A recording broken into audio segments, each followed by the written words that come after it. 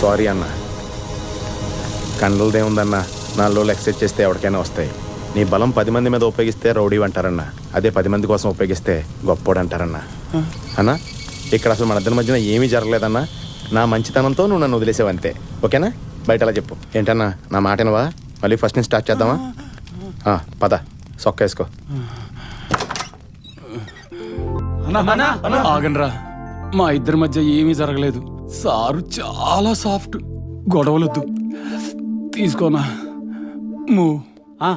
Move అంటే move ointment రా. ఓహో,